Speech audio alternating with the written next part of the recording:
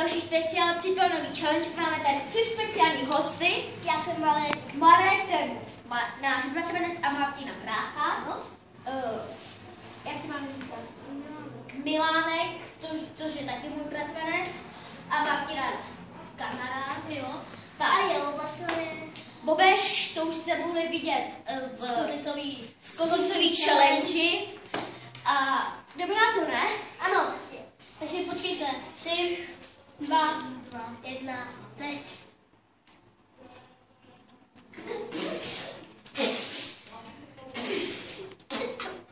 Není to až tak strašně, ale pálí vás toho huba. Kyslý. Dejte like, prosím. Žádáme vás o 1, 2. Dejte odběr, to stojí za to. Jo. Na pána.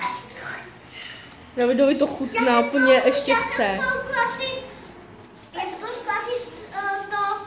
To mám celý. To už já to mám celý. Nevím, jak vy, počkejte tu. Jdu někoho zabít. Dejte opět, prosím. Tady vidíte? Já jsem to zbláznil celý. Já taky. Vidíte? Tady Milánek s tím má asi velké problémy. S kyselostí. Jo, kyselostí to má. A chci říct ještě, neplivej tady. Když se vám tohle video líbilo, nezapomeňte dát like a odběr. A když ne, tak nezapomeňte dát hlavně like, ale hlavně ten like. A odběr. Nestojí to za to. Takže zatím, čau!